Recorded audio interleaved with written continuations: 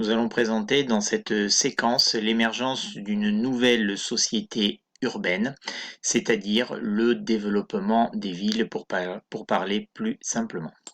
Tout d'abord, il faut se rappeler de la dernière leçon d'histoire sur le développement des campagnes. Les campagnes s'enrichissent et il faut se souvenir qu'au Moyen Âge, l'essentiel de la richesse se crée à la campagne. Il s'agit de la production de denrées agricoles. Eh bien, cet enrichissement des campagnes va tout simplement rejaillir sur les villes et permettre de développer le commerce. Les villes vont donc concentrer les marchés, vont concentrer des produits nouveaux, notamment des produits textiles qui permettent de faire des vêtements. Et cette concentration de la richesse dans les villes va entraîner leur développement, notamment en nombre d'habitants. Cette représentation idéalisée de Venise aux alentours de 1400 représente bien ce qu'est cet essor des villes.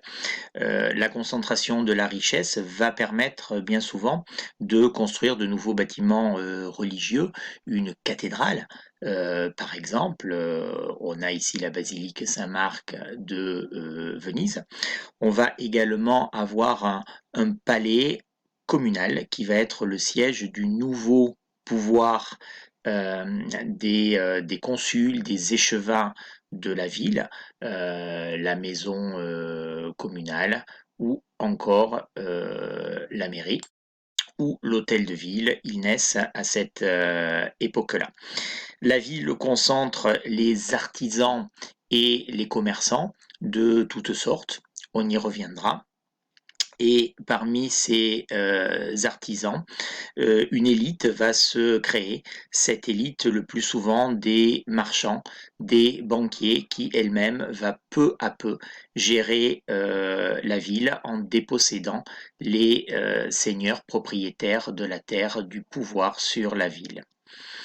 Enfin, on a les navires de commerce. Ici, à Venise, il s'agit de commerce donc maritime à travers la Méditerranée. Mais si on prend d'autres villes comme Paris, il peut s'agir donc d'un commerce fluvial le long du fleuve, en l'occurrence la Seine. On a ici une représentation d'un couple de bourgeois. Le bourgeois est tout d'abord celui qui habite le bourg, c'est-à-dire qui habite la ville, mais peu à peu, cette dénomination de bourgeois va désigner les plus riches habitants de la ville et donc ceux qui ont le pouvoir en ville. Nous allons revenir sur les causes de l'urbanisation de l'Europe. Le texte 1 montre qu'il s'agit bien de l'enrichissement des campagnes qui va permettre l'essor démographique, c'est-à-dire l'augmentation de la population de l'Europe, qui va se répercuter sur les villes. Les bourgs s'agrandissent, ces bourgs qui s'étaient considérablement réduits durant les invasions, notamment les invasions des Vikings en Europe de l'Ouest, vont à nouveau déborder des remparts et il va devenir nécessaire de faire des faux bourgs en dehors des remparts qui peu à peu vont être à nouveau entourés dans de nouveaux remparts. La dernière cause de ce développement urbain, c'est également la volonté des seigneurs.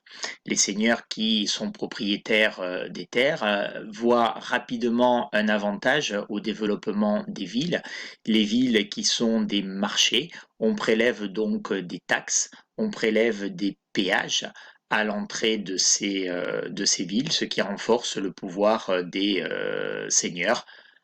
Ceci dit, assez rapidement, ce développement des villes va se retourner contre les seigneurs puisque les bourgeois enrichis vont réclamer des libertés politiques et une autonomie politique et donc peu à peu les seigneurs vont être dépossédés de leur pouvoir sur la ville.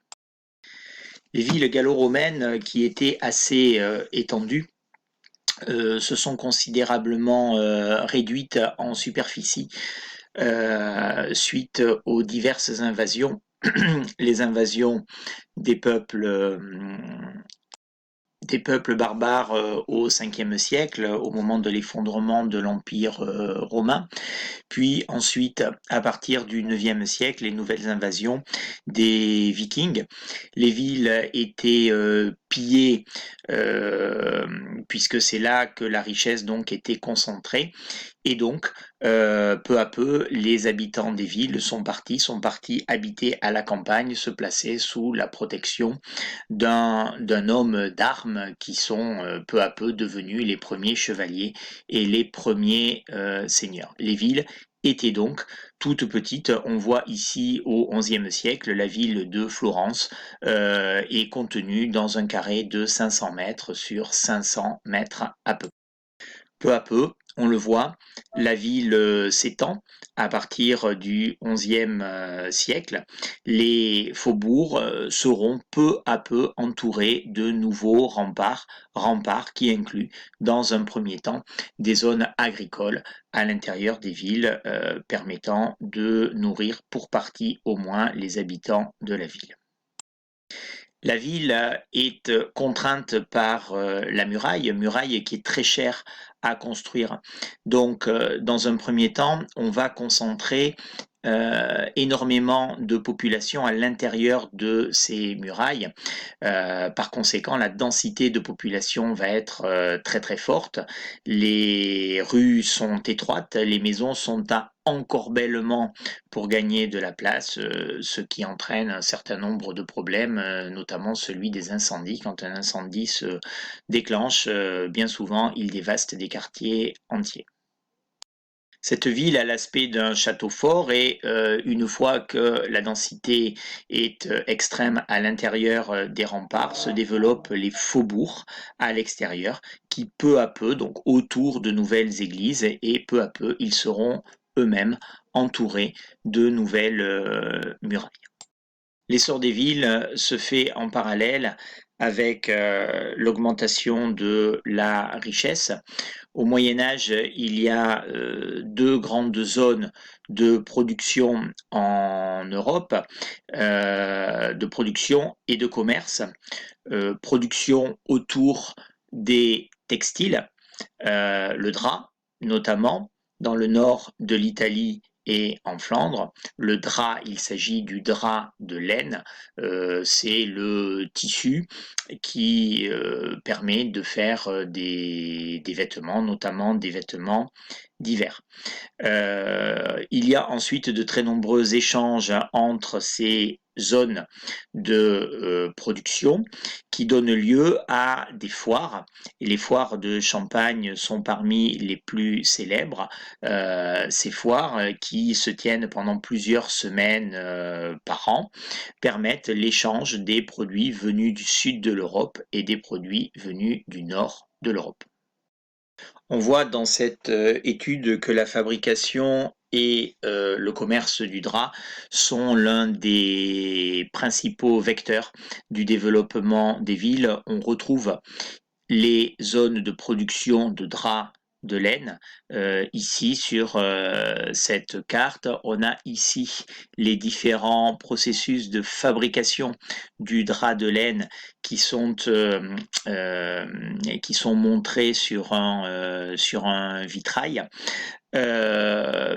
La plupart de ces industries sont organisées selon ce que l'on appelle donc des métiers, c'est-à-dire des artisans qui s'organisent, qui établissent des règles à respecter, mais qui établissent également une solidarité entre eux.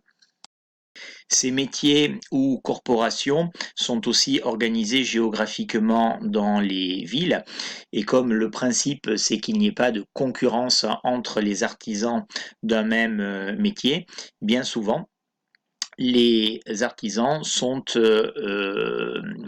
situés dans la même rue de la ville.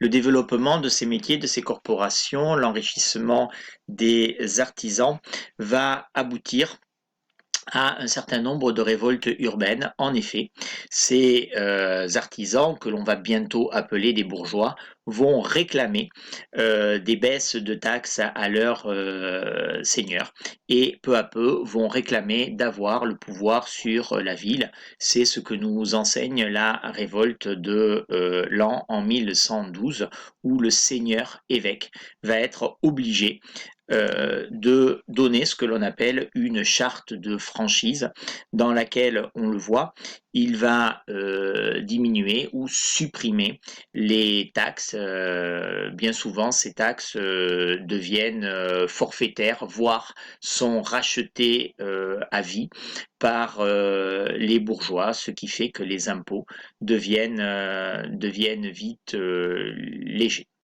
Enfin, l'accumulation de la richesse dans les villes va permettre d'ériger de nouveaux monuments religieux, notamment des cathédrales. C'est la grande époque de l'art gothique et peu à peu les anciennes cathédrales romanes vont être remplacées par des édifices gothiques qui sont construits sur plusieurs dizaines d'années, qui coûtent extrêmement cher et la mise en place de ces monuments hein, qui sont toujours bien souvent aujourd'hui le monument le plus haut et le plus beau de beaucoup de villes d'Europe, sont construites à cette époque-là et à l'occasion de l'enrichissement des villes.